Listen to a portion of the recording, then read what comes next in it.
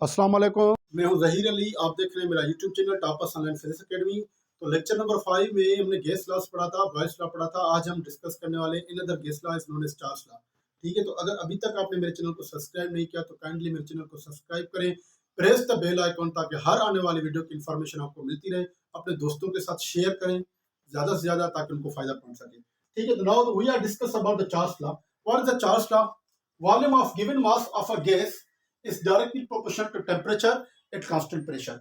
अगर किसी भी गिवन मास ऑफ गैस का प्रेशर कांस्टेंट रखा जाए तो उसका वॉल्यूम क्या होगा? डायरेक्टली प्रोपोर्शनल होगा किससे? टेम्परेचर से। यानी अगर उसका टेम्परेचर इंक्रीज करेंगे तो उसका वॉल्यूम भी क्या हो जाएगा? इंक्रीज हो जाएगा। फॉर एग्जांपल, अगर आपके पास एक कंटेनर है और आपने यहां पर पिस्टन रख दिया तो प्रेशर कांस्टेंट तब होगा जब ये जो पिस्टन है ये मूवेबल होगा। प्रेशर कांस्टेंट तब होगा जब ये जो पिस्टन है वो क्या होगा? मूवेबल होगा। जैसे ही आप उनको हीट करेंगे तो ये पिस्टन क्या हो जाएगा? ऊपर चला जाएगा। यानी आपने टेम्परेचर को इंक्रीज किया तो उसका वॉल्यूम भी क्या हो जाएगा? इंक्रीज हो जाएगा। आप डिक्रीज करेंगे टेम्परेचर को तो ये मॉलिक्यूल्स क्या होंगे? गैस के मॉलिक्यूल्स आपस में करीब आते जाएंगे और ये जो पिस्टन है वो नीचे मूव करता जाएगा तो वॉल्यूम इसका क्या हो जाएगा? डिक्रीज हो जाएगा। That is known as Charles law.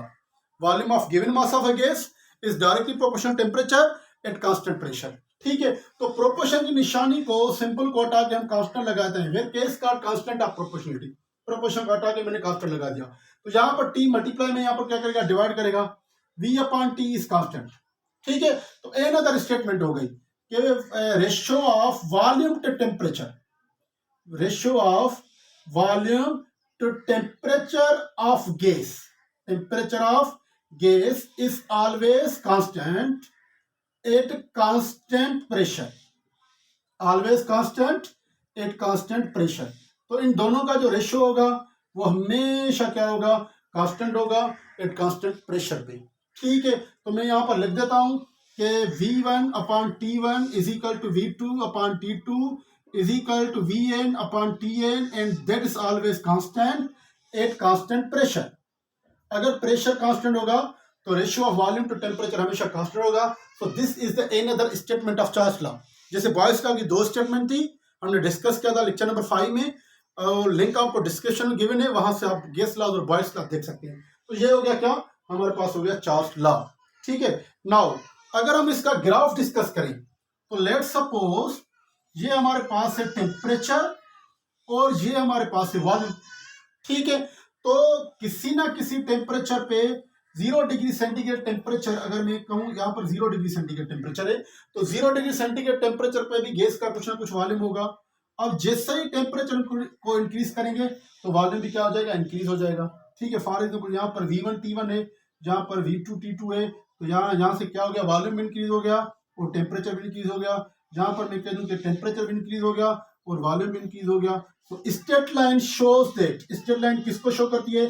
Straight line shows that volume and temperature are directly proportional to each other, are directly proportional to each other, यानी दोनों पे क्या है? डायरेक्टली प्रोपोर्शनल है। ठीक है, यानी अगर एक को इंक्रीज करेंगे तो दूसरा भी इंक्रीज हो जाएगा, अगर एक क्वांटिटी को डिक्रीज करेंगे तो दूसरा भी क्या हो जाएगा? डिक्रीज हो जाएगा। लेकिन कंडीशन क्या है? कि प्रेशर कांस्टेंट हो। ठीक है, नाउ अगर मैं इसको और भी इमेजिन लाइन ड्रा करूं, ठीक है, तो अगर मैं इमेजिन लाइन ड्रा करूंगा तो इस पॉइंट पे आकर इसका वॉल्यूम 0 हो जाएगा क्योंकि इस लाइन से कुछ ऊपर नहीं है। ऊपर क्या है? वॉल्यूम है। इसके यहाँ पर वॉल्यूम 0 हो जाएगा और ये जो टेम्परेचर है ये बराबर होगा -273.1 degree centigrade. That is known as absolute zero. इस टेम्परेचर को हम क्या बोलते हैं? एब्सोल्यूट जीरो बोलते हैं। ठीक है, तो what is the absolute zero? The temperature at which the volume of a gas becomes ideally zero, becomes theoretically zero, is known as a absolute Kelvin or 0 Kelvin। ठीक है, तो मैं इसकी स्टेटमेंट लिख लेता हूं कि what is the absolute zero or 0 Kelvin। absolute zero और 0 Kelvin किसको कहलाएगा? Temperature at which volume of gas become theoretically zero, become theoretically zero. ठीक है, यानी उसका जो वॉल्यूम ऑफ गैस है अगर थ्योरेटिकली जीरो हो जाए, that temperature is known as absolute temperature और एब्सोल्यूट जीरो और जीरो केल्विन। ठीक है, थ्योरेटिकल जीरो का मतलब क्या होगा, ये प्रैक्टिकल कभी नहीं होगा। इस टेम्परेचर से पहुंचने से पहले हर गैस जो दुनिया में मौजूद है वो चेंज हो जाएगी, किसमें, लिक्विड में चेंज हो जाएगी, और हो सकता है कि लिक्विड में चेंज हो जाए, किसमें, गैस में चेंज हो जाए। तो ये आइडियली है, थ्योरेटिकली ये प्रैक्टिकली पॉसिबल नहीं हो सकता। तो जीरो केल्विन को हम इसे डिफाइन करते हैं। तो हमने स्केल्स ऑफ टेम्परेचर में भी पढ़ा था कि जो जीरो केल्विन है वो बराबर होगा -273.15 डिग्री सेंटीग्रेड पे। ठीक है, वो भी आप हमारा वीडियो देख सकते हैं, स्केल्स ऑफ टेम्परेचर, लिंक जो है आपको डिस्कशन में गिवन है। Now we are discussing another gas law is known as Avogadro's gas law और Avogadro's law. Another gas law is known as, third gas law is known as Avogadro's law। इसको हम बोलते हैं Avogadro's law। तो Avogadro's law की दो statement है। ठीक है, दो स्टेटमेंट में क्या है कि volume of given mass of a gas is directly proportional to number of molecules. ठीक है, मैं शॉर्ट में लिख लेता हूं। ठीक है, आप स्टेटमेंट लिख लोगे कि volume of given mass of a gas is directly proportional to number of molecules. किससे डायरेक्टली प्रोपोर्शनल है, नंबर ऑफ मॉलिक्यूल से डायरेक्टली प्रोपोर्शनल है। कंडीशन क्या है कि at constant pressure and temperature. ठीक है, तो यहां पर भी देखें दो पैरामीटर्स कांस्टेंट हो गए। हर लॉ में दो पैरामीटर्स कांस्टेंट होना लाजिमी है। तो कभी कभी स्टूडेंट को ये समझ में नहीं आता, मैंने आपको 5th लेक्चर में समझा दिया है। ठीक है, तो क्या है, volume of given mass of a gas is directly proportional to number of molecules. ये एक स्टेटमेंट है किसकी, एवोगैड्रोस लॉ की।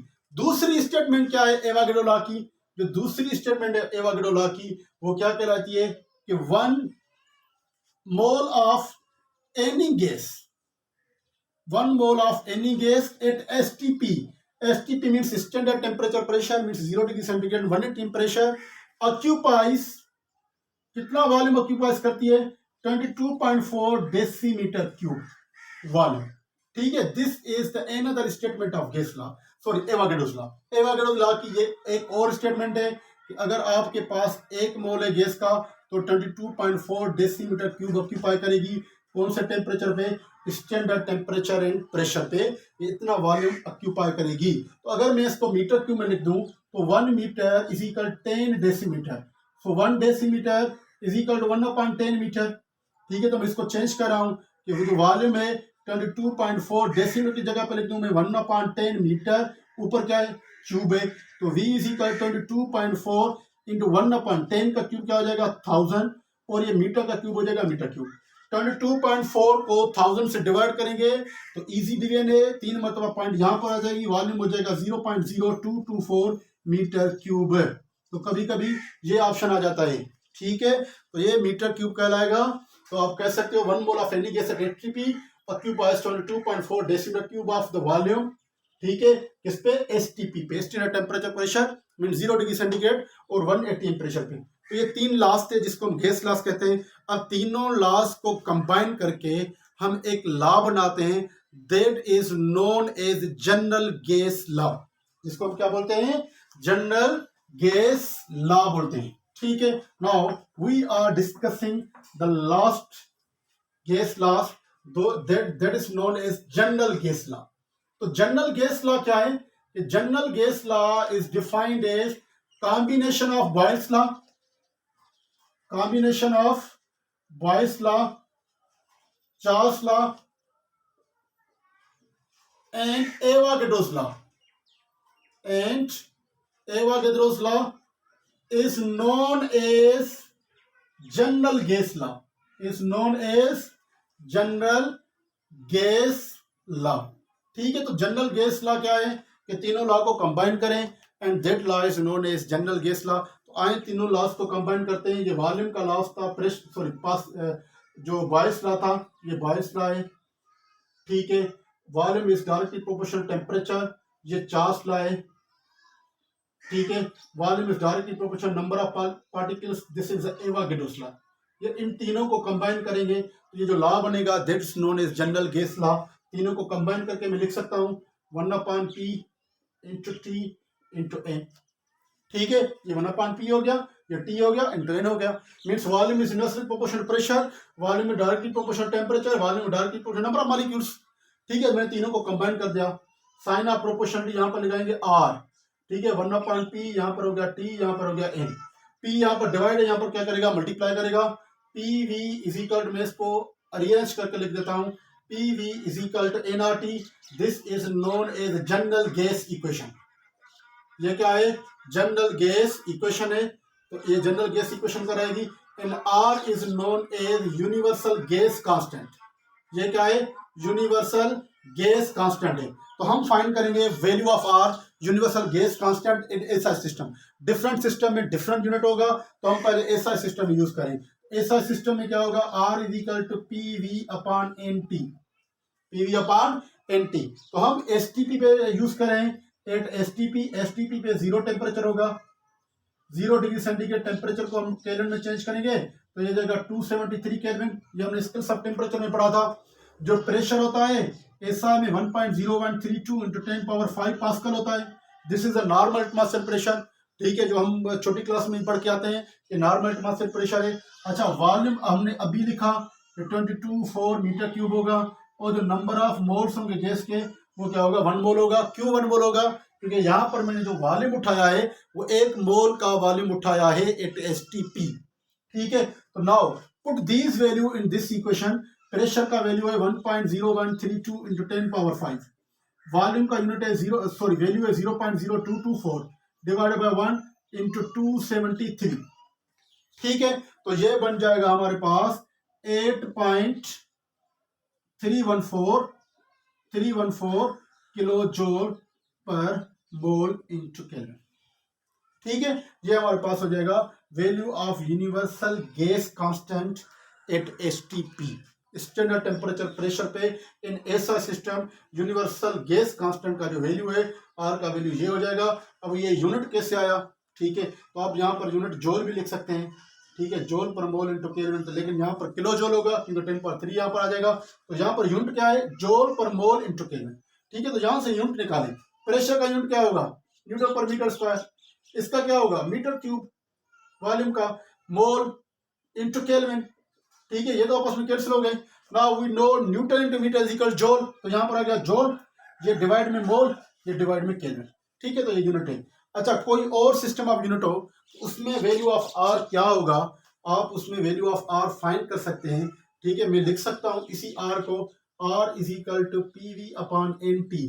तो अगर मैं यहाँ पर 1 ATM रख दूं, यहाँ पर 22.4 डेसीमीटर क्यूब रख दूं, यहाँ पर 1 रख दूं, यहाँ पर 273 केल्विन रख दूं, तो ये जो R का वैल्यू है 0.0821 क्या आ जाएगा, ATM into decimetre cube divided by mole into kelvin. ठीक है, तो हम ये यूज करेंगे किसमें, फार्मूला में, या हम ये यूज करेंगे प्रॉब्लम में। अगर आपको सारी क्वांटिटीज गिवन है ऐसा सिस्टम में, तो R का वैल्यू हम ये यूज करेंगे। अगर आपको ऐसा सिस्टम में गिवन नहीं है, प्रेशर ATM में गिवन है, वॉल्यूम DMQ में गिवन है, ठीक है, तो आप R का जो वैल्यू है वो ये यूज करेंगे।